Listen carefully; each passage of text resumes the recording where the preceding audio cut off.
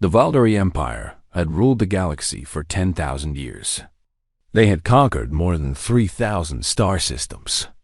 They had crushed hundreds of species under their boots. Some they made into slaves. Others they simply destroyed. The Valdari believed they were the greatest beings in the universe. And for 10,000 years, nobody had proven them wrong. Supreme Commander Tavalis stood on the bridge of his flagship, the Eternal Dominion. He was tall, even for a Valdari. His gray skin was marked with the scars of 100 battles.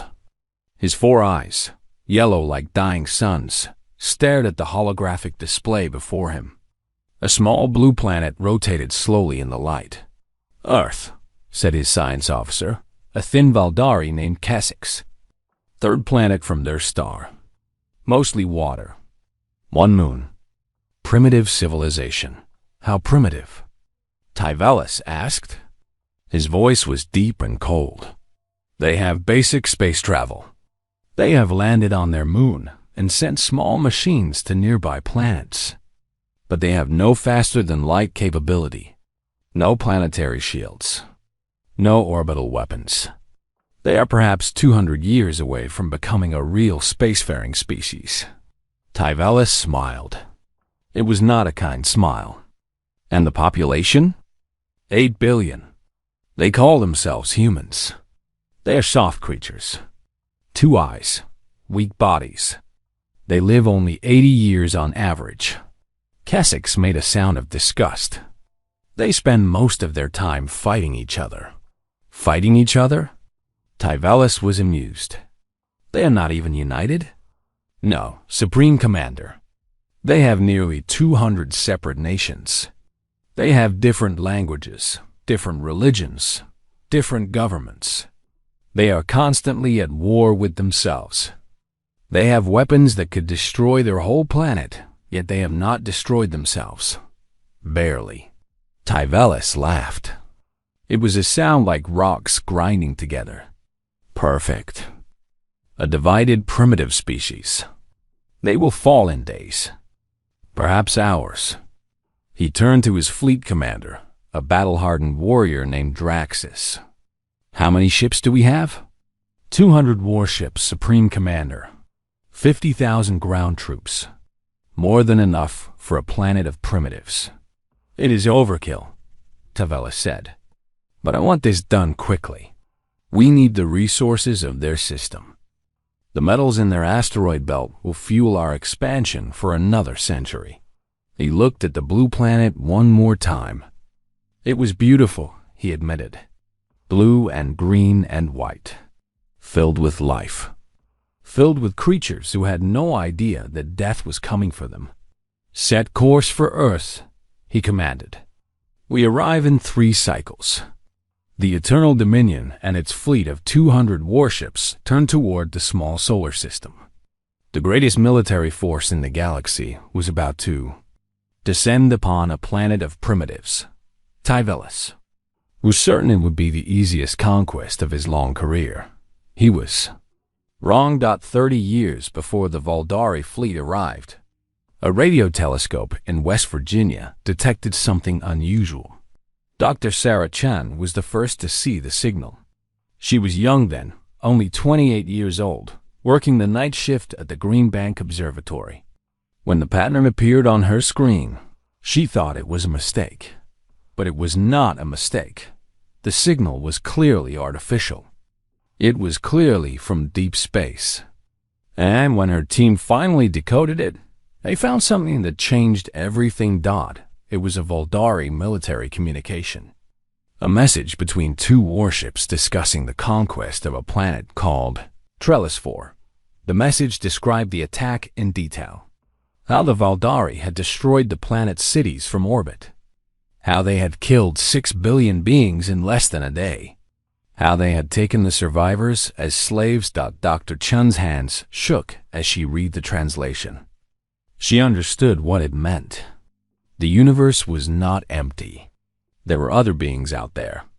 And they were not friendly. She reported her discovery to the United States government. Within hours, the leaders of the world's most powerful nations knew the truth. They held an emergency meeting in secret. What they decided in that meeting would change the course of human history. They decided to prepare for war. The public never knew. The governments of the world agreed to keep the discovery secret. If people knew that hostile aliens existed, there would be panic, chaos. Civilization might collapse before the aliens even arrived. So they worked in secret. The United States, Russia, China, the European Union, and eventually every major nation joined together. They created the United Earth Defense Coalition, the UEDC. Its purpose was simple: prepare humanity to fight an enemy from the stars. For 30 years, they worked. They built bunkers deep underground on every continent. They created hidden factories that produced weapons based on technology they reverse-engineered from alien signals. They recruited the best scientists, the best soldiers, the best minds from every nation. Dr. Chun became the head of the research division. Now, in her late 50s, she had spent 3 decades preparing for this moment. She had developed weapons that no alien species had ever seen. Railguns that fired metal slugs at incredible speeds. Nanobots that could eat through any material. Viruses designed to attack alien biology. The UEDC built a fleet of warships and hid them under the oceans.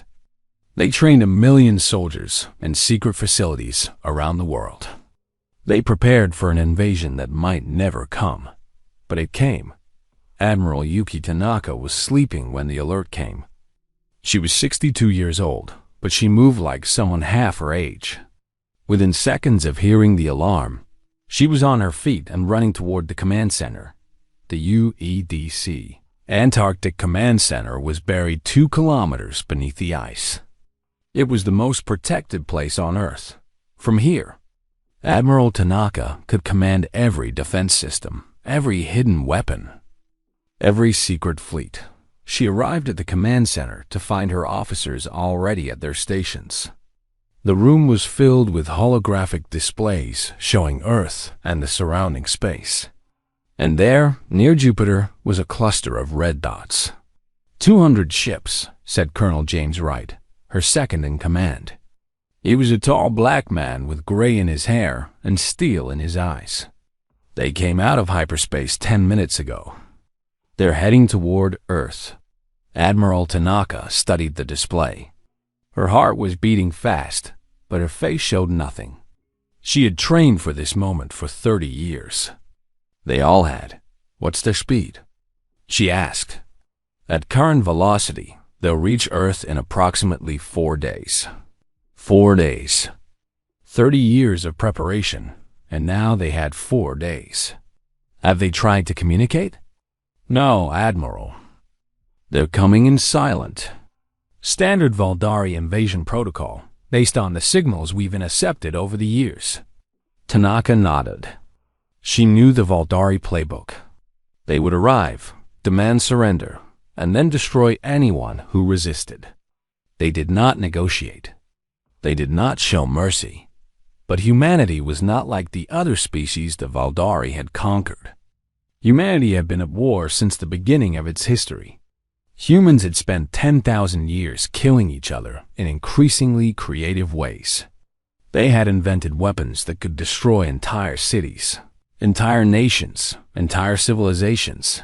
The Valdari had never faced an enemy like humanity. Activate Protocol Prometheus, Admiral Tanaka said. Her voice was calm and clear. All units, prepare for engagement. Wake up the sleeper fleets. Power up the orbital platforms. And get me aligned to every UEDC commander on the planet. Around the world, things began to happen. In the Sahara Desert, hidden doors opened in the sand, revealing massive railgun batteries. In the Pacific Ocean, ships that had been sleeping on the ocean floor for decades began to rise. In the mountains of Switzerland, scientists powered up weapons that could tear through any shield. In bunkers beneath Moscow, Beijing, Washington, and 100 other cities, soldiers checked their equipment and prepared for battle. Humanity was waking up. General, Marcus Cole was in a bunker beneath the Rocky Mountains when he received the call. He was 55 years old, a career soldier who had fought in 3 wars before being recruited into the UEDC. His face was hard, his body was scarred, and his eyes had seen too much death. "It's happening," Admiral Tanaka said through the secure communication channel. "They're here." Cole felt something stir in his chest. Fear? No. Excitement. He had spent 20 years training for this moment. He had built an army designed to fight aliens. And now, finally, he would get to use it. "What do you need from me?" he asked. "Ground defense.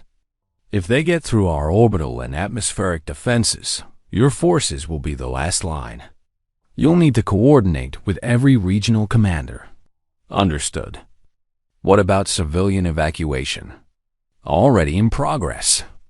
We're moving as many people as we can into the deep shelters. But with 8 billion people," Tanaka's voice trailed off. Cole understood. They couldn't save everyone. They had always known that. The best they could do was fight hard enough to drive the aliens away. "We'll be ready," he said. "I know you will."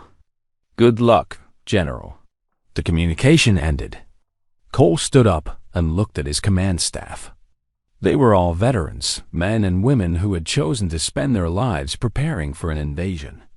They had sacrificed normal lives, families, happiness, all for this moment.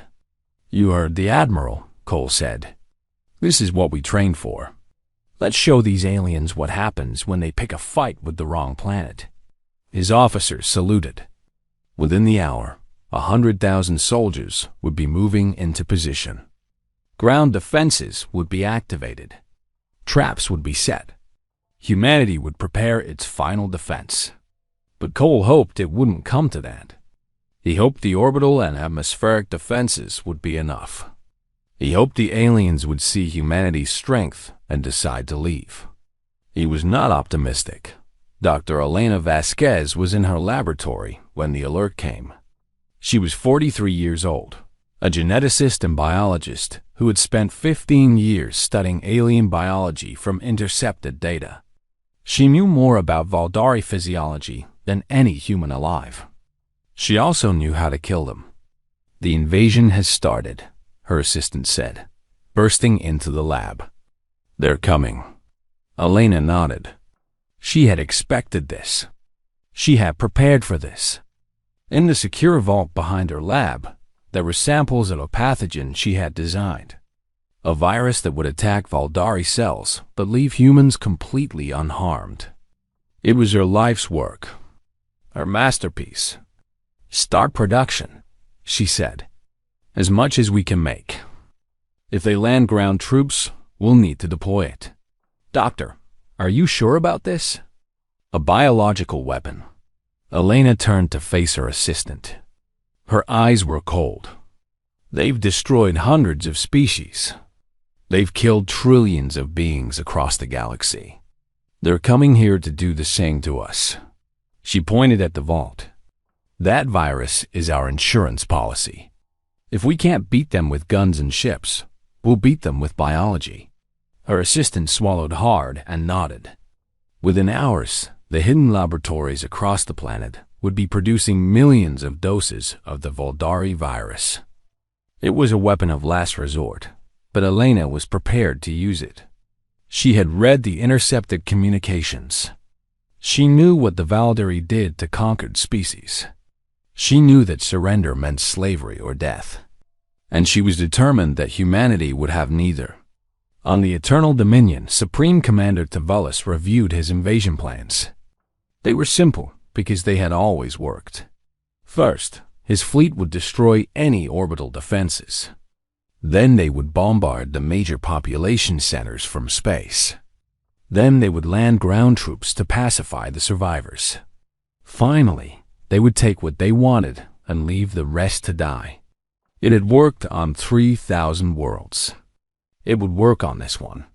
"Supreme Commander," Keswick said, approaching his throne, "we have analyzed the human military forces, and They are primitive, as expected. Chemical propellant weapons, nuclear missiles, simple projectile defense systems. Nothing that can threaten our ships. Tyvelis nodded. Any surprises? None that our scans can detect. Their military forces are divided among their various nations. They have no unified command structure. They will not be able to coordinate an effective defense. Excellent. We will give them a chance to surrender. When they refuse, we will destroy them. Tyvelis leaned back in his throne. I want this done quickly. We have other conquests waiting. He had no idea that everything Kessex had told him was wrong. The humans had spent 30 years hiding their true capabilities. Their weapons were not primitive. They were not divided. And they were not afraid. The Voldari were about to learn a lesson that no species had ever taught them. Never underestimate humanity. Admiral Tanaka watched the Voldari fleet approach on her holographic display. They were moving slowly, confidently. They expected no resistance. They expected an easy victory. She smiled. Open a communication channel, she said. Let's say hello. Colonel Wright looked at her with surprise. We're going to talk to them? No, we're going to warn them. I want them to know that we're ready. I want them to know that this won't be easy. And I want it on record that we gave them a chance to turn back. Wright nodded and opened the channel. Tanaka had spent years learning Voldari language from intercepted communications.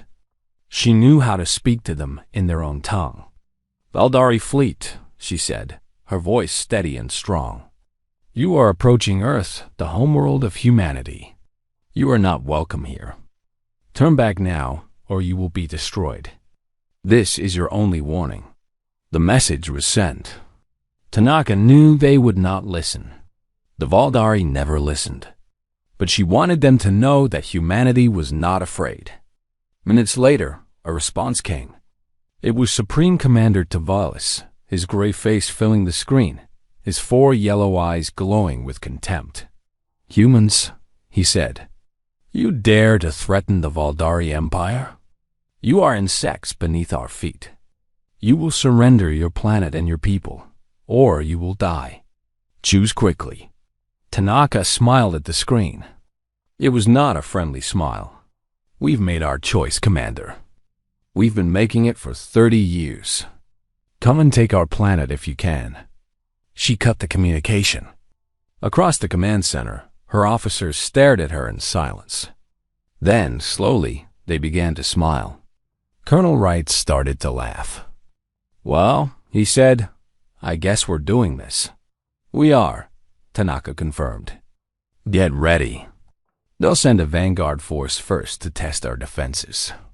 That's standard Voldari tactics. We're going to destroy it. We're going to show them what humanity can do. She turned back to the holographic display. The Voldari fleet was still approaching. 4 days until they arrived. 4 days until the war began. Admiral Yuki Tanaka had spent her entire adult life preparing for this moment. She was ready. Humanity was ready. The Voldari would learn soon enough.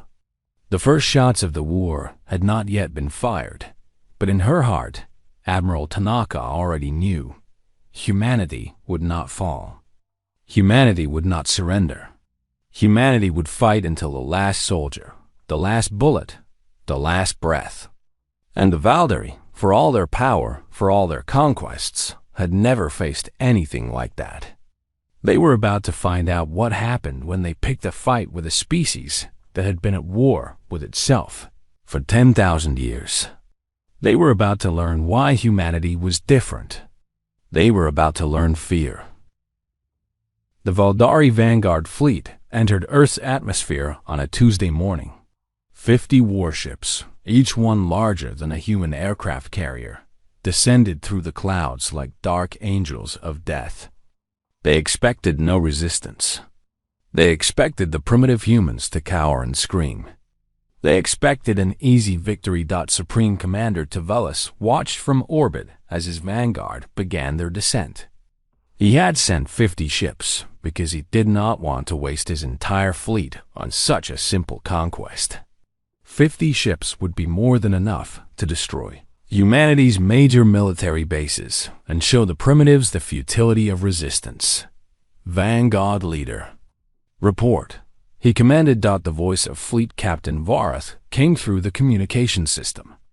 He was one of Tavelis's most trusted officers, a veteran of 30 conquests. We are entering the atmosphere now, Supreme Commander. Scanners show no defensive systems. The humans have some primitive aircraft in the air, but nothing that can threaten our shields. Destroy their military installations first, then their centers of government. Make them understand that resistance is pointless. Understood, Supreme Commander. Beginning attack run. Tavelis settled back in his command chair. This would be over quickly. Within hours, the humans would be begging for mercy. Then he would move on to more important matters. He was very, very wrong. Admiral Tanaka watched the 50 ships descend on her holographic display. They were coming down over North America, Europe, and Asia, targeting the major military powers of the Old World Order. They had no idea that those military powers no longer mattered. The UEDC had unified humanity's defenses years ago. Wait for it, she said quietly. Her officers were tense, ready to give the order to fire. But Tanaka was patient. She had waited 30 years. She could wait a few more minutes. The Voldari ships dropped lower. They were now at an altitude of 30 kilometers, well within range of humanity's hidden weapons. Their shields were up, but their weapons were not yet firing. They were still confident, still arrogant. Now, Tanaka said, across 3 continents, the Earth itself seemed to come alive. In the Sahara Desert, massive doors exploded open, revealing railgun batteries the size of buildings. These were not ordinary guns. They fired metal slugs at 30 kilometers per second, fast enough to circle the Earth in less than 90 minutes. And they fired in bursts of hundreds of rounds. The first Voldari ship never knew what hit it. One moment, it was gliding through the African sky, its crew joking about the primitive planet below. The next moment, a stream of metal slugs tore through its shields like they were made of paper. Voldari shields were designed to stop energy weapons, lasers, plasma, particle beams. They had never encountered a weapon that simply threw metal at incredible speeds. The physics were different. The shields could not adapt. The ship exploded in a ball of fire. Debris rained down on the desert below. Then the sky erupted. Fleet Captain Varath stared at his tactical display in disbelief. 7 of his ships were gone. Just gone. They had been there one moment, and then they were clouds of burning metal falling to the ground. What is happening? He screamed at his officers. Report. Unknown weapons, Fleet Captain. They appear to be kinetic projectiles fired at extreme velocity. Our shields are not designed for. The ship shook violently. Alarms blared. Smoke filled the bridge. We've been hit. Someone shouted. Vorath gripped his command chair. This was not possible. These were primitives. They should not have weapons that could hurt Voldari warships. Evasive maneuvers. He ordered. All ships, evasive maneuvers. Return fire. The remaining Voldari ships began to move, but they were not prepared for what came next. From bases hidden in mountains, valleys, and underground bunkers, humanity launched its second wave of attacks. Thousands of autonomous drones rose into the sky, each one the size of a human fist, each one carrying a small but powerful explosive. They were too small for Voldari targeting systems to track. They were too fast to shoot down. And there were too many of them. The drones swarmed toward the Voldari ships like angry bees. They found gaps in the shields, cracks in the armor, exposed systems, and vulnerable points. Then they exploded. One drone was nothing. 100 drones were a problem. 1,000 drones were a catastrophe. Another Voldari ship fell, its hull torn apart by 1,000 tiny explosions. Then another. Then another. Fleet Captain Vorath watched in horror as his Vanguard fleet was torn apart by weapons he had never seen, tactics he had never encountered. These were not the actions of a primitive species. This was the response of a civilization that had been preparing for war. Retreat. He ordered. All ships retreat. Return to the fleet. But it was not that easy. Captain Sarah Chun, no relation to Dr. Sarah Chun, was flying a modified F-35 fighter jet high above the Pacific Ocean. She was part of the UEDC's Special Air Forces, pilots trained specifically to fight alien spacecraft. Her jet was not a normal jet. It had been modified with technology reverse-engineered from alien signals. It was faster, more maneuverable, and carried weapons that no human pilot had ever used in combat. Viper Squadron, engage, came the order over her radio. Sarah smiled. She had been waiting for this moment her entire career. Viper Leader, engaging, she replied. Her Squadron 12 modified fighter jet screamed toward a Voldari warship that was trying to flee. The ship was damaged, one of its engines trailing smoke. It was running for the safety of the upper atmosphere. It would not make it. Sarah's jet was equipped with a weapon called a needle lance. It was a small missile that accelerated to incredible speeds and focused all its energy on a single point. It could punch through almost any armor. She locked onto the Voldari ship and fired. The needle lance screamed toward the alien vessel. The Voldari tried to evade, but they were too slow, too damaged. The missile hit their main reactor. The explosion lit up the sky. Sarah flew through the debris, her heart pounding with excitement and terror. She had just killed her first alien spacecraft. She had just proven that humans could fight the Voldari and win. Viper Leader, Splash One, she reported. Target destroyed. Confirmed, Viper Leader. Move to next target. There were more ships to kill. The Voldari came with all their fury. 150 warships descended upon Earth like a plague of darkness. This time, they did not descend into the atmosphere where humanity's railguns could reach them. Instead, they stayed in high orbit and unleashed their weapons from space. The bombardment began at dawn. Supreme Commander Tavalis stood on his bridge, watching as beams of energy rained down upon the blue planet. Each beam carried the power of a nuclear weapon. Each impact created a crater kilometers wide. Within the first hour, 3 major cities ceased to exist. Tokyo was hit first. 10 million people vanished in a flash of light. Then London. Then Beijing. Then Moscow. The Voldari were not targeting military installations. They were destroying population centers. They were sending a message. Keep firing, Tavalis ordered. Destroy every city with more than 1 million inhabitants. Show them what happens when they resist the Empire. His officers obeyed without question. Beam after beam struck the Earth, turning the planet's surface into a wasteland of fire and destruction. Tavalis watched with cold satisfaction. The humans had surprised him in the first battle. They had killed thousands of his soldiers and destroyed 37 ships. But now he was fighting the way the Voldari always fought, with overwhelming force and total destruction. Let them try to stop this. He thought. Admiral Tanaka stood in her command center, tears streaming down her face as she watched her planet burn. Tokyo, her hometown, where her parents had lived, where her sister had raised her children, where she had played as a child.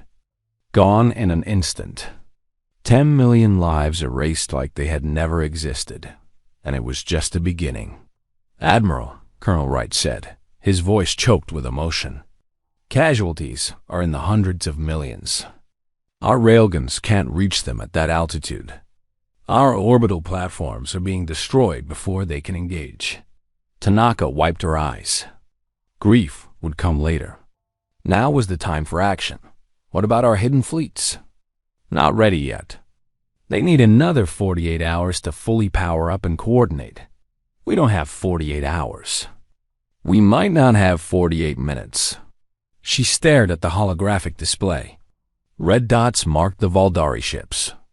Blue dots marked human defense systems, and those blue dots were disappearing rapidly.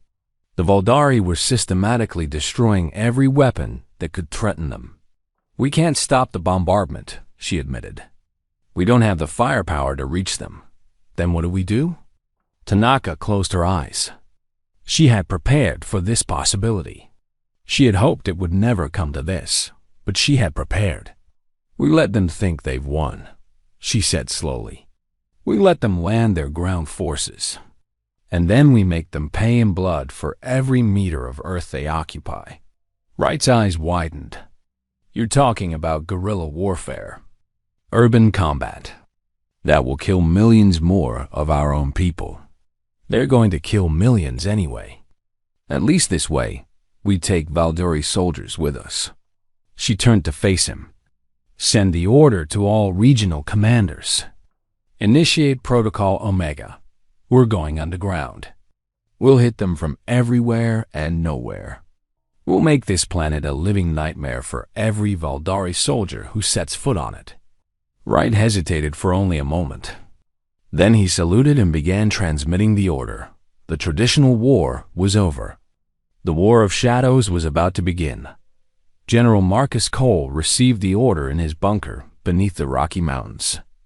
Protocol Omega. It was the plan they had prayed they would never have to use. He gathered his officers around the table and explained the situation. The Valdari bombardment had killed over 500 million people in less than a day. Major cities around the world had been destroyed. The conventional military was in shambles. We've lost the sky, Cole said. We can't stop them from landing, but we can make them regret ever coming here. He brought up a map of North America. Red zones marked areas controlled by Valdari ground forces.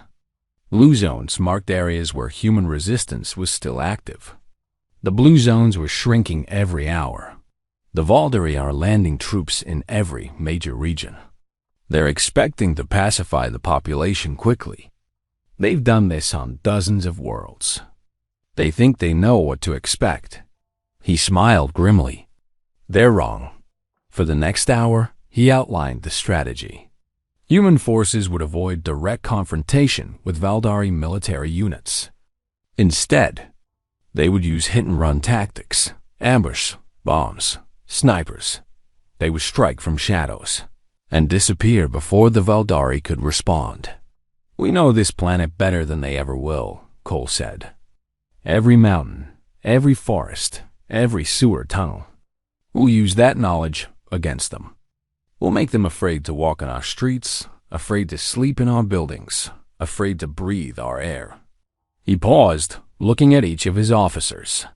Many of us will die, but we will take Valdari soldiers with us. And eventually, we will show them that holding Earth is not worth the cost. The officers saluted. They understood. This was not a war they could win quickly. This was a war of attrition. A war of will. The side that broke first would lose. Humanity would not break. Valdari. Ground Commander Zereth was one of the most experienced soldiers in the Empire. He had pacified 30 worlds in his career. He knew how to crush resistance and establish control over conquered populations. But Earth was different. Within a week of landing, his forces had suffered more casualties than in his last 5 conquests combined. The humans were everywhere and nowhere. They attacked in the night and vanished before dawn.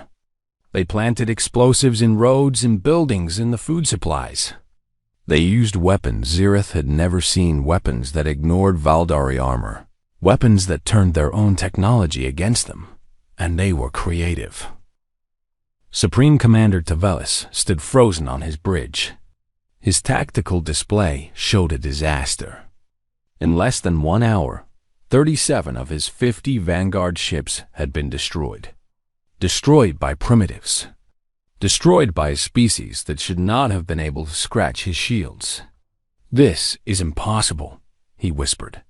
"Supreme Commander," Kasich said, his voice shaking with fear. "Our intelligence was wrong. The humans have been hiding their true capabilities. They have weapons we have never encountered, tactics we have never seen. How?" Tyvelis demanded. "How could they hide this from our scans?" "I do not know, Supreme Commander.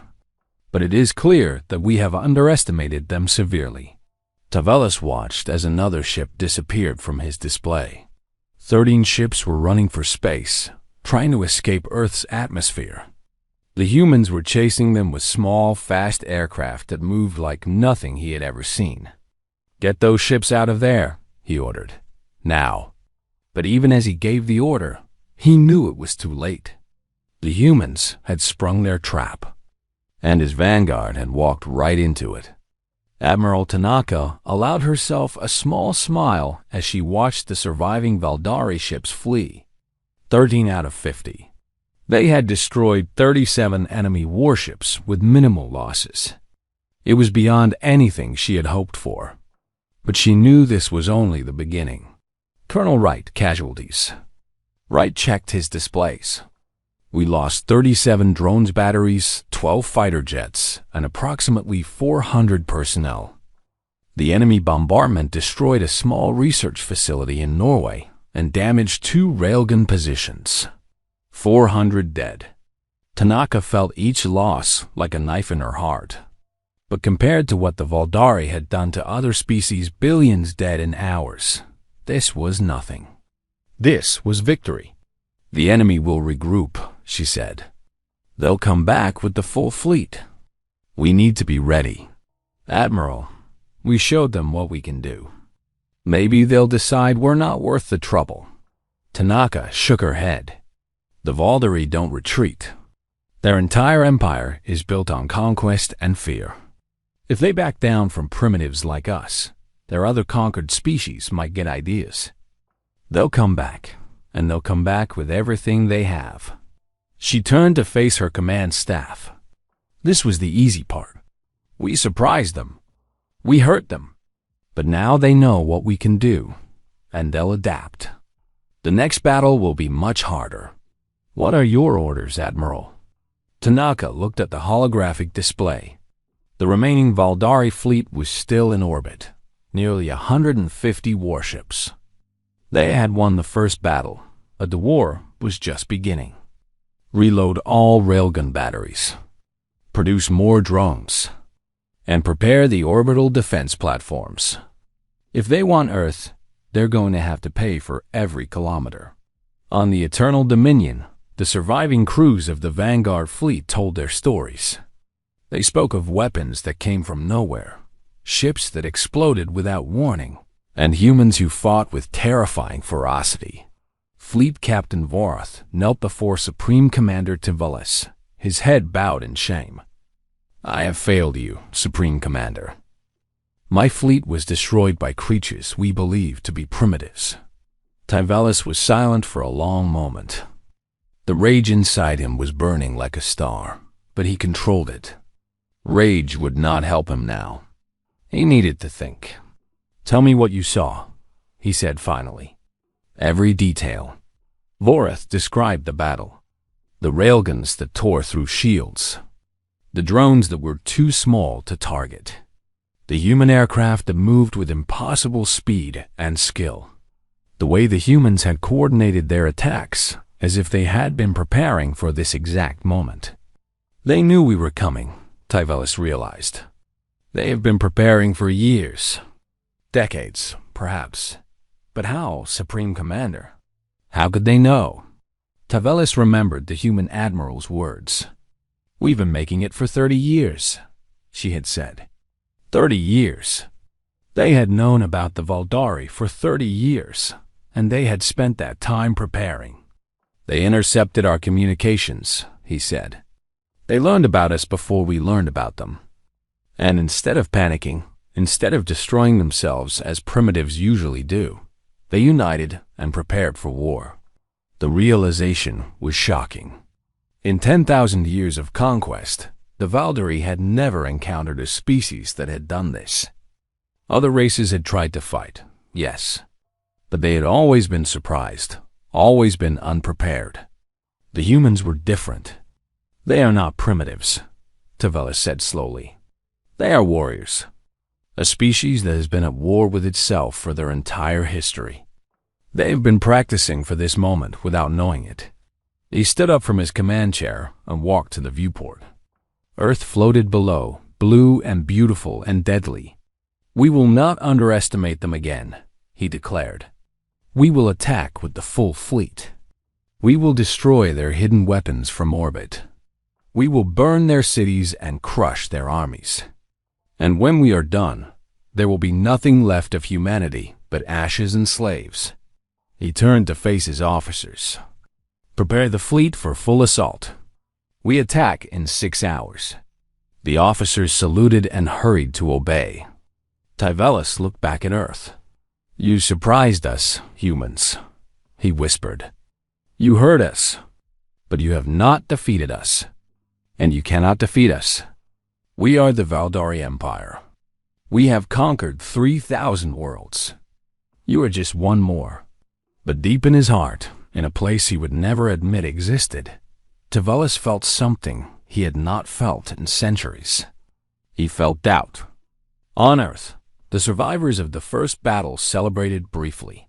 In the hidden bunkers and secret bases, soldiers cheered and hugged each other. They had done the impossible. They had fought the Valdari and won. But Admiral Tanaka did not celebrate. She knew what was coming. She stood alone in her command center, staring at the holographic display. The Valdari fleet was gathering, preparing for their next attack. 150 warships, plus all their fighters and ground forces. It was enough firepower to destroy entire planets. And they were angry. Admiral, Colonel Wright said, entering the room. The crews are celebrating. They're calling it a miracle. It's not a miracle, Tanaka replied. It's just the beginning. The Valdari will hit us with everything they have next time. We won't be able to stop them all. Then what do we do? Tanaka turned to face him. Her eyes were hard, her jaw set with determination. We make them pay for every inch of our planet. We fight them in the air, on the ground, in the cities, in the mountains. We never surrender. We never give up. And we make them understand that conquering Earth will cost them more than it's worth. Wright nodded slowly. That's a high price to pay. It is. Millions will die. Maybe billions. But if we don't fight, everyone dies. Everyone becomes slaves. I've read the intercepted communications, Colonel. I know what they do to conquered species. Death is better than that fate. She looked back at the display. The Valdari fleet was almost ready to move. Send a message to all UEDC commanders, she ordered. The enemy is coming with their full force. Prepare for the fight of our lives. And tell them. She paused, searching for the right words. Tell them that today, we showed the galaxy that humans don't go quietly. We fight. We survive. We win. And we're going to keep doing it until the last one of us is dead or the last Valdari ship is burning. Wright saluted and left to deliver the message. Admiral Tanaka stood alone, watching the enemy fleet prepare its attack. She was not afraid. She had made her peace with death long ago. All that mattered now was making the enemy pay the highest possible price. Humanity had won the first battle. The Valdari had lost 37 ships and thousands of soldiers. But Tanaka knew the truth. The real war was about to begin. And humanity would face it head-on, as they had faced every challenge in their long and bloody history. Not with fear, but with fury. Not with surrender, but with defiance. The Valdari wanted Earth. They would have to take it from humanity's cold, dead hands. And even then, humanity would find a way to fight back. That was what the Valdari did not understand. That was what made humanity different from every other species they had conquered. Humans never stopped fighting. Never. One night, Zirath's forward command post was attacked by a group of human children. They walked toward the base with their hands up, looking like refugees seeking shelter. The Valdari guards let them approach, and then the children exploded. They had been wearing explosive vests. Zirath stared at the report in disbelief. What kind of species sent their children to die as weapons? "They are monsters," one of his officers said, his voice shaking. "No," Zirath replied slowly. "They are survivors. They do whatever it takes to win, and they are willing to sacrifice everything, even their young, to resist us." He had never faced an enemy like this. Other conquered species had fought, yes, but they had always had limits. The humans seemed to have none. "Increase patrols," he ordered. "Trust no one. Not the elderly, not the children, not even the ones who claimed to surrender. They are all potential enemies." But even as he gave the order, Zirath knew it would not be enough. The humans were not fighting to win in the traditional sense. They were fighting to make the occupation so costly that the Empire would choose to leave. And they were succeeding. Dr. Elena Vasquez worked in a hidden laboratory deep beneath the Swiss Alps. The Valdari bombardment had destroyed most of humanity's research facilities, but this one had survived. It was here that she had perfected her greatest creation, a virus designed to kill Valdari soldiers. The virus was elegant in its simplicity. It targeted a specific protein in Valdari cells, one that was completely absent in human biology.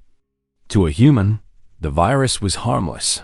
It would pass through their system without causing any symptoms. But to a Valdari, it was death. Symptoms began within hours of exposure. Fever, weakness, internal bleeding. By the end of the second day, the infected Valdari could no longer stand. By the third day, they were dead. And the virus spread easily. Airborne transmission, contact transmission, waterborne transmission. Once it was released, it would spread through the Valdari occupation forces like wildfire. Elena had created a biological weapon of mass destruction. She stood in her laboratory, looking at the rows of vials containing the virus. Each vial contained enough to infect thousands. She had created enough to kill millions.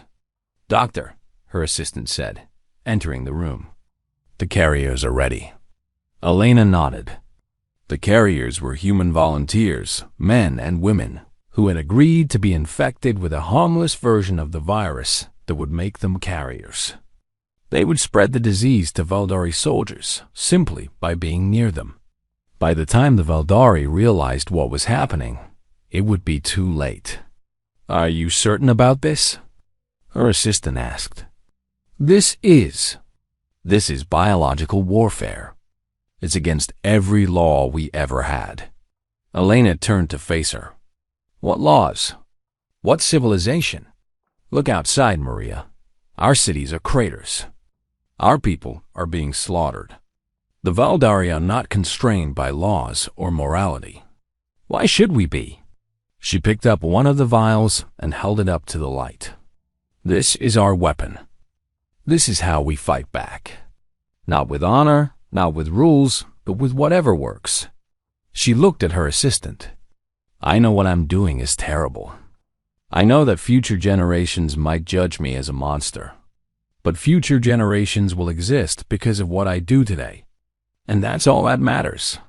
She handed the vial to her assistant. "Begin distribution. Target the Valdari command centers first. I want their leadership infected within the week." The assistant took the vial with trembling hands and left. Elena stood alone in her laboratory, surrounded by instruments of death. She had spent her life as a healer, a scientist who wanted to understand life and protect it. Now she was an architect of genocide. But she felt no regret. The Valdari had given humanity no choice. They came to enslave and destroy. They came to end humanity's story. And humanity would do whatever it took to survive. Whatever it took. The virus spread faster than even Elena had predicted. Within 2 weeks, Valdari soldiers across the planet began to fall ill. At first, the Valdari commanders thought it was a strange Earth disease, something natural that their doctors could cure. But the disease did not respond to any treatment. It continued to spread, and soldiers continued to die. Ground Commander Zereth lost 10% of his forces in the first month. Then 20%. Then 30%. His soldiers were terrified. They wore sealed suits, they purified their air and water, but still the sickness found them. "It's the humans," one of his officers said. "They've created a weapon. A biological weapon targeting our species." Zereth knew his officer was right. The humans had done something no other species had ever done. They had turned biology into a weapon against the Valdari. "How do we fight this?" he demanded. "We cannot, Ground Commander. Our doctors have never seen anything like it. The virus is specifically designed to attack Valdari cells. It leaves humans completely unharmed." The officer's voice cracked. "They have weaponized the very air we breathe." Zereth felt something cold grip his heart. Fear. Real fear. He had fought enemies with superior technology. He had fought enemies with greater numbers. But he had never fought an enemy who could kill him just by standing next to him. "Send a message to Supreme Commander Tavalis," he said. "Tell him the situation on the ground is deteriorating. We cannot hold this planet. We need to withdraw, or we will lose the entire ground force." The message was sent. Zereth waited for the reply. When it came, his blood ran cold. Negative. Withdrawal is not permitted. Hold your positions. Reinforcements are coming. There would be no retreat. The Supreme Commander would rather let them all die than admit defeat. Zereth looked out at the Earth landscape, the ruins of human cities, the fields scorched by Valdari weapons, the forests where human guerrillas waited in shadow. This planet was a trap. A beautiful, deadly trap. And the Valdari had walked right into it. In the Battle of the Sahara, General Marcus Cole achieved something that would become legend. A Valdari ground division, 40,000 soldiers, was moving across the desert toward a human refugee camp. Cole had only 10,000 soldiers, poorly equipped and exhausted. By any reasonable measure, he should have retreated. He did not retreat. Instead, he used the desert itself as a weapon. His soldiers lured the Valdari deeper into the Sahara, away from their supply lines and support. Then they waited for the sandstorm. The storm came on the third day, as Cole had predicted. Winds of over 200 kilometers per hour, carrying sand that could strip flesh from bone. Cole's soldiers were prepared. They had shelters, protective gear, experience. The Valdari had none of these things. As the storm raged, Cole attacked. His soldiers emerged from the sand like ghosts, striking at the confused and blinded Valdari. They destroyed supply vehicles, killed officers, and vanished back into the storm before the enemy could respond. The battle lasted 3 days. When the storm finally passed, the Valdari division had been annihilated. 40,000 soldiers, dead or captured. Cole's forces had lost only 2,000. It was the greatest human victory of the ground war. News of the Battle of the Sahara spread across the planet. For the first time since the invasion began, humanity had hope. If they could destroy 40,000 Valdari in the desert, maybe they could win this war. Cole became a symbol, a legend. The man who had used Earth itself as a weapon against the invaders. But Cole knew the truth. The victory was impressive, but it was not enough. The Valdari still controlled the skies. They still had ships in orbit. They could still destroy any target on Earth from space.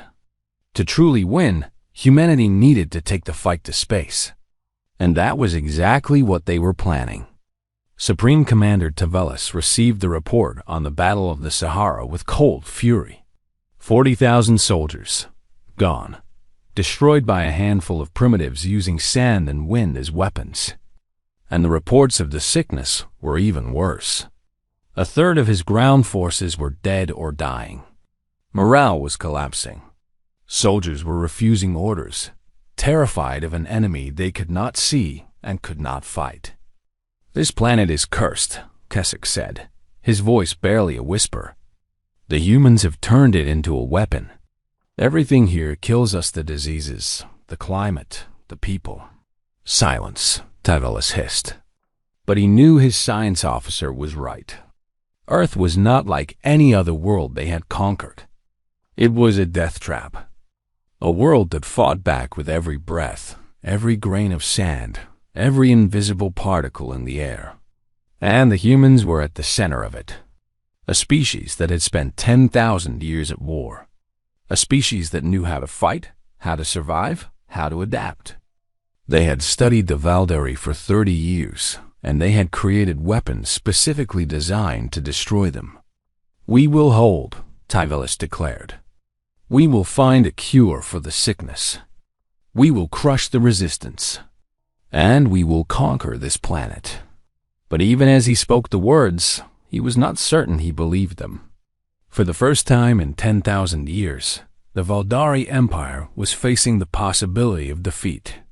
And the creature responsible was a primitive, short-lived species from a small blue planet in an unremarkable corner of the galaxy. Humanity. Admiral Tanaka stood in her command center, reviewing the latest reports. The ground war was going better than expected. The virus was spreading through the Valdari forces. The guerrilla attacks were causing massive casualties. The enemy was bleeding. But it was not enough. The Valdari still controlled space. Their ships still floated in orbit, ready to. The Pacific Ocean was calm when the ships began to rise. For 30 years, humanity's secret fleet had waited on the ocean floor. 60 warships built in hidden underwater facilities, crewed by sailors who had spent their entire lives preparing for this moment. They were humanity's final weapon, the last hope of a species on the edge of extinction. Now they rose. The surface of the Pacific churned and boiled as the ships emerged. They were not beautiful like the Valdari vessels. They were rough, functional, covered in weapons.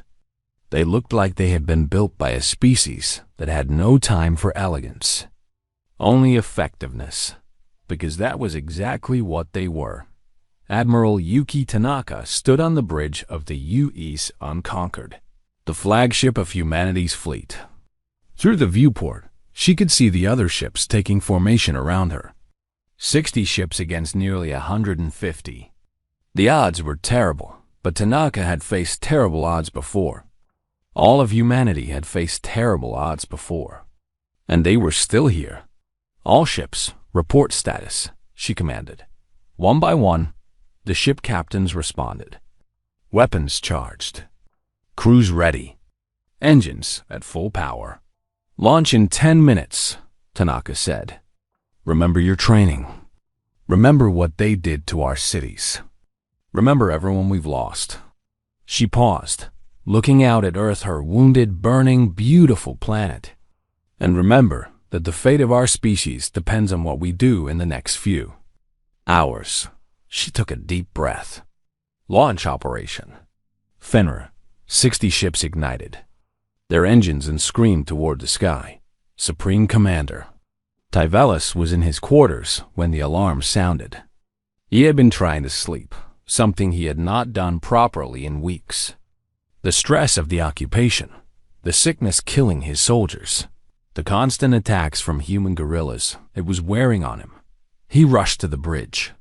"Report," he demanded. "Ships, Supreme Commander.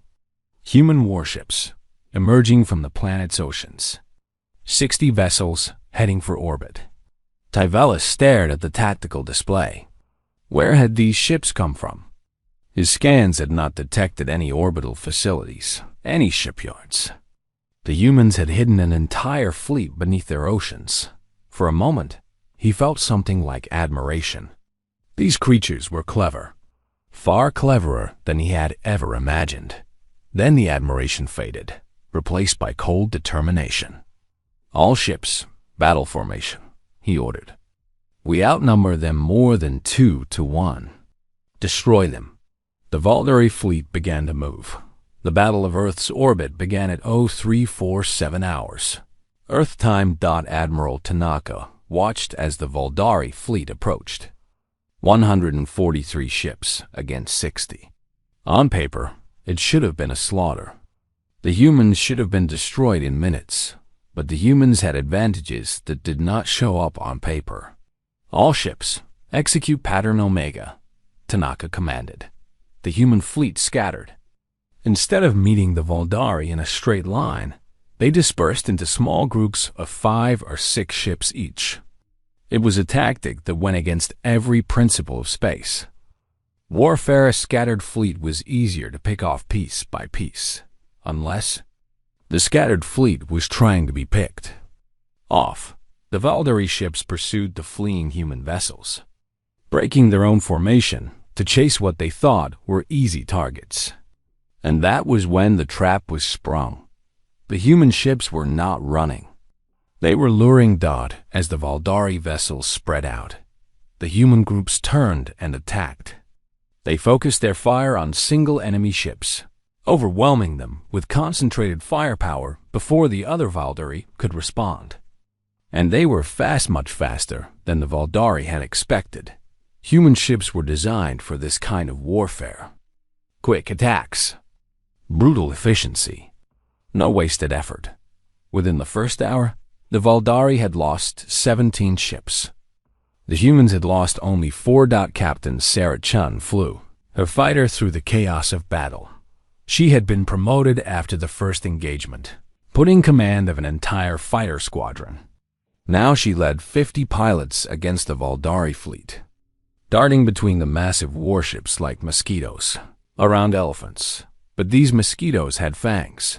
Her squadron had been assigned to a special mission: clear a path to the Valdari flagship. The Eternal Dominion was the heart of the enemy fleet. If they could disable or destroy it, the entire Valdari command structure would collapse. "Viper Squadron, form up on me," she ordered. "We're going for the big one." Her fighters fell into formation behind her. Ahead, the Eternal Dominion loomed like a mountain in space 2 kilometers long, covered in weapons, surrounded by escort ships. "That's a lot of guns," one of her pilots said. "Good thing we're small," Chun replied. "Stay close to me. We're going in fast and dirty." She pushed her throttle forward. Her fighter accelerated toward the flagship at incredible speed. The Valdari saw them coming. Point defense weapons opened fire, filling space with energy bolts. Chun's squadron weaved and dodged, their modified jets dancing through the storm of fire. 3 of her pilots were hit. Their ships exploded in brief flashes of light. Chun forced herself not to think about it. She could mourn later. Right now, she had a mission. Her squadron reached the flagship's hull and began their attack run.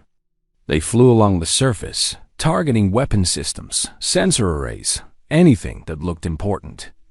Behind her, explosions bloomed on the Valdari hull. "All Viper units, target the main engines," Chun commanded. "Let's slow this thing down." Her remaining pilots followed her toward the massive engine section at the rear of the ship. The engines were protected by heavy armor, but Chun knew where the weak points were. Human intelligence had been studying Valdari ship designs for years. She lined up her shot and fired. Her needle lance struck true, punching through the armor and into the engine core. Secondary explosions rippled through the engine section. The Eternal Dominion shuddered and began to slow. "Direct hit," Chun shouted. "All Vipers break off and regroup." Her squadron scattered as Valdari fighters came screaming toward them. Chun looked back at the flagship. Smoke was pouring from its engines. It was crippled. Now the real attack could begin. Admiral Tanaka saw the flagship's engines go dark and allowed herself a grim smile.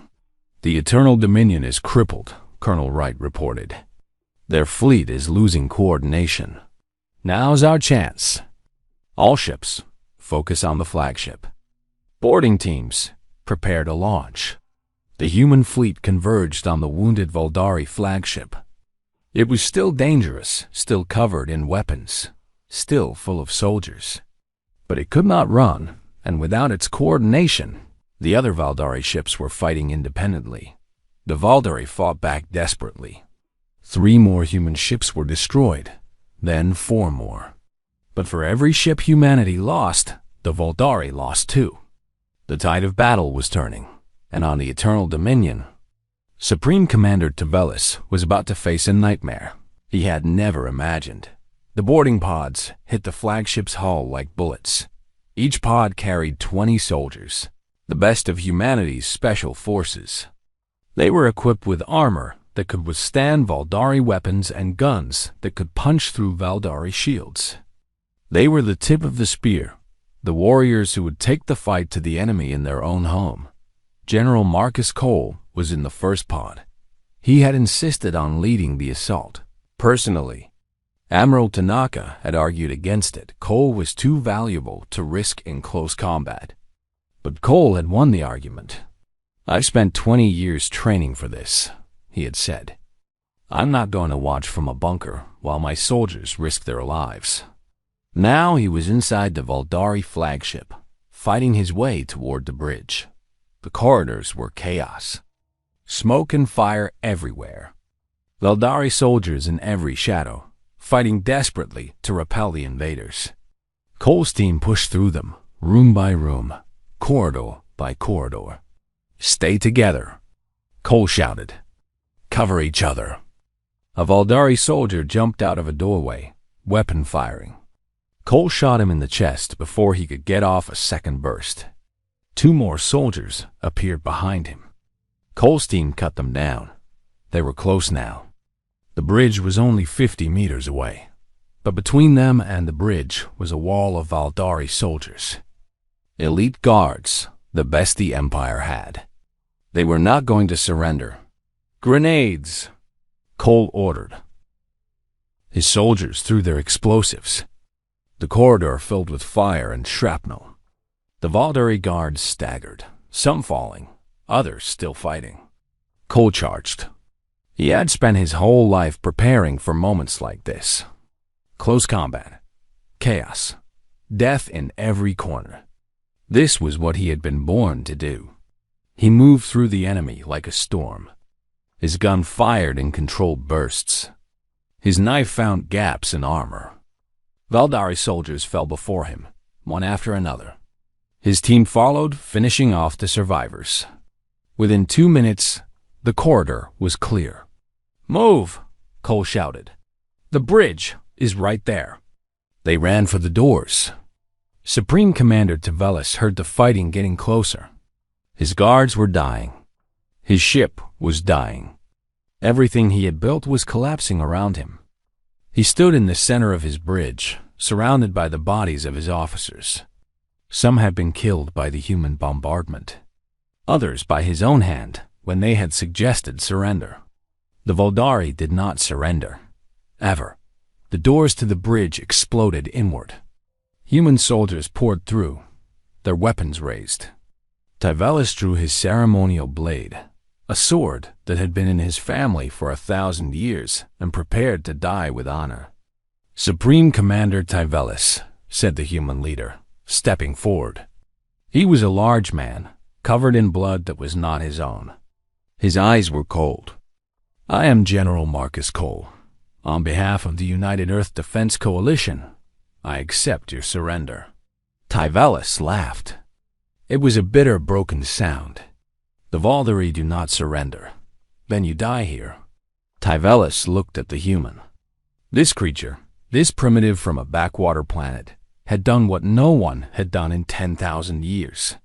He had defeated the Valdari. "What are you?" Tavelis whispered. It was the same question he had asked before, but now it held a different meaning. Now it was asked in wonder, not contempt. Cole's answer was quiet. We are the species that spent 10,000 years at war with itself. We are the species that invented 1,000 ways to kill. We are the species that never ever gives up. He stepped closer. You picked the wrong planet to invade, Commander. Tyvelis looked at his blade. He could die fighting. He could take one more enemy with him. But what would be the point? His empire was finished. His fleet was destroyed. His soldiers were dead or dying of the human plague. Even if he killed this general, it would change nothing. The Valdari were defeated. Slowly, with great ceremony, Tyvelis lowered his blade and placed it on the floor. I surrender, he said. The words tasted like poison in his mouth. May the ancestors forgive me. Cole nodded. Take him into custody. Treat him with respect. He's the first Valdari Supreme Commander ever captured. That's gotta be worth something. Two soldiers moved forward and took Tyvelis by the arms. The Supreme Commander of the Valdari Empire, conqueror of 3,000 worlds, was led away like a common criminal. General Cole looked around the bridge of the defeated flagship. Bodies everywhere. Smoke drifting through the air. The sounds of battle still echoing from other parts of the ship. They had won. The Battle of Earth's orbit lasted 42 hours. By the end, the Valdari fleet was destroyed. 143 warships reduced to debris floating in Earth's orbit. Some had been destroyed in combat. Others had fled into hyperspace, carrying the survivors away from the nightmare planet. Humanity had lost 32 ships and 24,000 crew members. It was a terrible price, but it was victory. Admiral Tanaka stood on the bridge of the Unconquered, looking at the debris field where the Valdari fleet had once been. Colonel Wright, status report. Enemy fleet destroyed or fled, Admiral. Ground forces are surrendering across the planet. Supreme Commander Tyvelis is in custody. The war is... He paused, as if not believing his own words. The war is over. We won. Tanaka closed her eyes. We won. Two words that did not seem real. After 30 years of preparation, after months of death and destruction, after losing billions of people, they had won. Casualties? She asked. Final count is not complete, but we're looking at approximately 800 million dead. Mostly from the initial bombardment and the occupation. 800 million. Tanaka felt the weight of that number settle on her shoulders. 800 million people who would never see this day. 800 million people whose sacrifice had made this victory possible. We need to send a message to every UEDC commander, she said, and to every surviving civilian. Let them know the invasion is over. Let them know we won. What should the message say, Admiral? Tanaka thought for a moment. Tell him this. The battle is over. The enemy is defeated. Earth belongs to humanity. Today, we proved that we are not prey. We are not victims. We are not easy targets. We are humanity, and we will never be conquered. Wright nodded and began transmitting the message. Across the planet, in bunkers and shelters and hidden bases, people heard the news. And for the first time in months, they allowed themselves to hope. The invasion was over. Humanity had survived. On the Eternal Dominion, now a captured prize, General Cole found a quiet corner and sat down. His body ached. He had been fighting for hours days, really, if you counted the entire battle. He was covered in blood, some of it his own, and he was tired. More tired than he had ever been in his life. But they had won. He thought about the soldiers he had lost, the friends who had died in the bunkers and on the battlefields, the civilians who had been killed in the bombardment. So many dead, so much sacrifice. Was it worth it? He looked out a viewport at Earth. The planet was scarred and wounded, but it was still there. Still blue and beautiful and alive. His home, yes, he decided. It was worth it. Humanity was free. The Voldari were defeated. And the galaxy would never forget what Earth had done. They had faced the greatest military power in the universe. And they had won. Cole allowed himself a small smile. Then he closed his eyes and slept. The war was over. But the story of humanity was just beginning. The news spread across the galaxy like wildfire. On 1,000 worlds, on 100,000 stations, beings of every species heard the same incredible story. The Voldari Empire had been defeated. Not by a great galactic power. Not by an ancient civilization with thousands of years of technology. But by a primitive species from an unremarkable planet in an unremarkable corner of the galaxy. Humans, the species that had no faster-than-light travel, had stopped the most powerful military in the universe. The species that had been at war with itself for 10,000 years had turned that experience against a common enemy. The species that should have been easy prey had become the predator. For the enslaved peoples of the Voldari Empire, the news was a spark in a dry forest, on Trellis 7, where the Voldari had ruled for 300 years.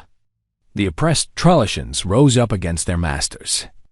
They had heard the stories from Earth. They had heard how the humans fought with ferocity, with creativity, with absolute refusal to surrender. And they decided that if humans could do it, so could they. The Voldari garrison on Trellis 7 was destroyed in a single night. On Keseth Prime, the Kessethian slaves stopped working in the mines. They had spent generations in darkness, digging metals for their Voldari masters.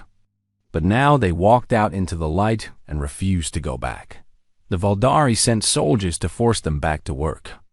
The Kessethians fought back. They had no weapons, no training, no hope of winning. But they fought anyway. Because if the humans could fight, so could they. Across the Empire, similar scenes played out. Species that had been conquered and broken for centuries suddenly remembered what it meant to be free. They looked at the example of Earth and found the courage to resist. The Voldari Empire, undefeated for 10,000 years, began to crack.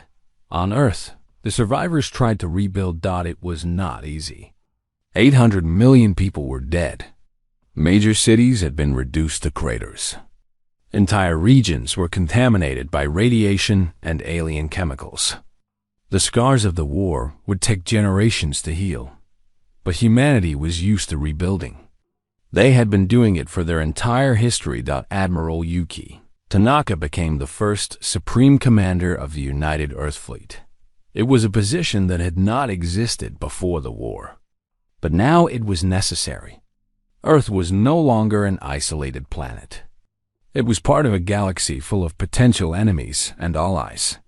We need to prepare for what comes next, Tanaka told the newly formed Earth Council. The Voldari are weakened, but they're not destroyed. They'll want revenge. And there are other powers in the galaxy that might see us as a threat. What do you suggest? Asked the council president, a former UEDC commander named David Okonkwo. We build a fleet. A real fleet, using what we've learned from the Voldari technology we captured. We train soldiers, scientists, diplomats, and we make sure that no one ever threatens Earth again. The council agreed. Within months, construction began on humanity's first true space fleet. Not hidden ships waiting for an invasion, but open, proud vessels ready to take humanity into the galaxy. General Marcus. Cole became a legend. Stories of his victories spread across Earth and beyond. The Battle of the Sahara. The boarding of the Eternal Dominion. The capture of Supreme Commander Tavois. He became a symbol of human resistance. Proof that one person could make a difference against impossible odds. The Cole was uncomfortable with fame. I did what any soldier would do, he told reporters who came to interview him. I'm not special. Every person who fought in this war is a hero. The soldiers, the scientists, the civilians who hid in bunkers and refused to give up. They're the real heroes. He returned to his military duties, training the next generation of human soldiers. He knew that the war with the Valdari might not be over. And if it was, there would be other threats. Humanity needed to be ready. We won this time because we were prepared, he told his trainees. We spent 30 years getting ready for an invasion. Next time, we might not have 30 years. We might not have 30 days. So we train. We prepare. We make ourselves so strong that no one would ever dare attack us again. His trainees listened. They were children of the invasion, young people who had lost parents, siblings, friends to the Valdari bombardment. They understood what was at stake. They would be ready. Dr. Elena Vasquez faced a more difficult fate. She was the creator of the Valdari virus, the biological weapon that had killed millions of enemy soldiers. Some called her a hero. Others called her a war criminal. The debate would continue for centuries. Elena did not care what people called her. I did what was necessary, she said in her only public statement. The Valdari came to destroy us. They had already killed 800 million people. If I hadn't created the virus, they would have killed billions more. I have no regrets. But privately, in the darkness of her bedroom, Elena did have regrets. She remembered the faces of the Valdari soldiers she had killed. They were enemies, yes, but they were also living beings, fathers, sons, creatures with hopes and dreams and fears. She had killed them not with bullets or bombs, but with a sickness she had engineered in the laboratory. It was a kind of killing that felt wrong, even if it was necessary. Elena continued her work, but she never created another biological weapon. Instead, she turned her skills to healing. She developed cures for human diseases, treatments for injuries, methods to repair the environmental damage of the war. She spent the rest of her life trying to make up for what she had done. She never felt she succeeded. 5 years after the war, Earth achieved faster-than-light travel. The technology had been reverse-engineered from captured Valdari ships, improved by human scientists and built in the new orbital shipyards. It was the breakthrough humanity had been waiting for, the key to the galaxy. The first ship to use the new drive was the UE's Pioneer. Admiral Tanaka was aboard for its maiden voyage. This is history, she said, as the ship prepared to jump. We are about to become a true spacefaring species. We will explore the galaxy. We will meet other civilizations. We will find our place among the stars. She gave the order. The Pioneer's drive activated. Space twisted around them. For a brief, terrifying moment, they were nowhere outside of normal reality, passing through dimensions humans could not understand. Then they emerged, light years from Earth, in a star system they had never visited. They had done it. Humanity had reached the stars. The first species humanity encountered was the Trellicians. The Trellicians had heard the stories of Earth's resistance. They had watched as the Valdari Empire crumbled, inspired by humanity's example. And when human ships appeared in their system, they did not flee or attack. They welcomed humanity as friends. You showed us that the Valdari could be beaten, the Trellician leader said when she met Admiral Tanaka. For 300 years, we believed we were doomed to slavery. You proved that resistance was possible. You gave us hope. Tanaka was moved by the welcome. She had not expected to find allies so quickly. She had expected fear, suspicion, hostility. But the galaxy did not fear humanity. Not the way they feared the Valdari. They saw humanity as liberators, as proof that tyranny could be overthrown. We want to help, the Trellician leader continued. We want to join you. Together, we can free the other species still under Valdari control. Together, we can build something better than the Empire. Tanaka agreed. The alliance between humanity and the Trellisians was the first of many. Over the next decade, humanity became the heart of a growing coalition. Species after species joined the alliance. Some were former Valdari slaves, eager for revenge against their oppressors. Others were independent civilizations that had lived in fear of the Empire for millennia. All of them saw humanity as the key to a new era. Human ships patrolled the shipping lanes. Human soldiers trained resistance fighters on occupied worlds. Human diplomats negotiated treaties and alliances. It was not colonization. Humanity had no interest in ruling other species. It was liberation. A galaxy-wide movement to free the oppressed and create a community of equals. And at the center of it all was Earth. The planet had been rebuilt, its scars healing slowly. New cities rose where old ones had been destroyed. Memorials stood on every continent, honoring the 800 million who had died. And in orbit, the United Earth Fleet grew stronger every year. No one would ever threaten Earth again. The Valdari Empire retreated to its core worlds. Their fleet was shattered. Their armies were depleted. Their conquered species had risen against them. In less than a decade, they had gone from ruling 3,000 star systems to barely holding on to 300. Supreme Commander Tyvelis watched the collapse from his prison cell on Earth. He had been tried for war crimes and sentenced to life imprisonment. He spent his days staring at the walls and thinking about what had gone wrong. He had underestimated the humans. He had seen them as primitives, as easy prey. He had not understood that their history of war had made them the most dangerous species in the galaxy.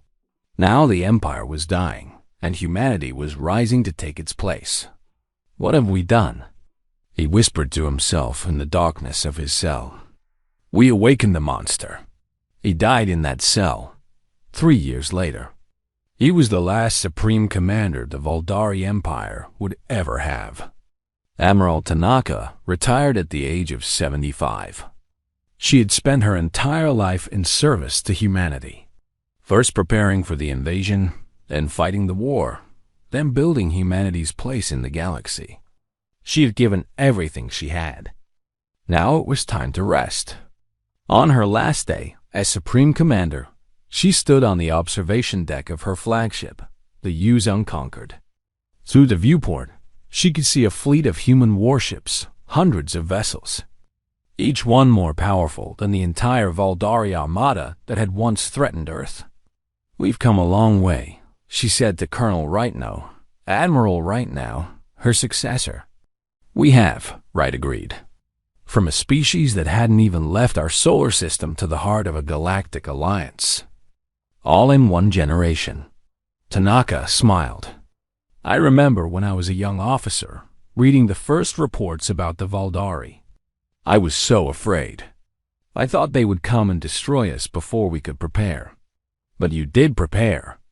You and everyone else in the UEDC. You saved humanity. No, Tanaka said softly. Humanity saved itself. I was just one part of a much larger effort. She looked at the fleet again. Make sure they remember that, right?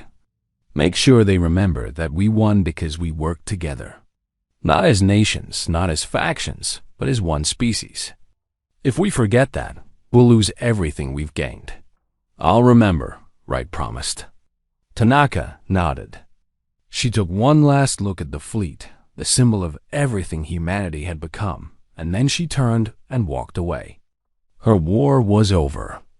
The rest was up to the next generation. 50 years after the invasion, humanity held a memorial.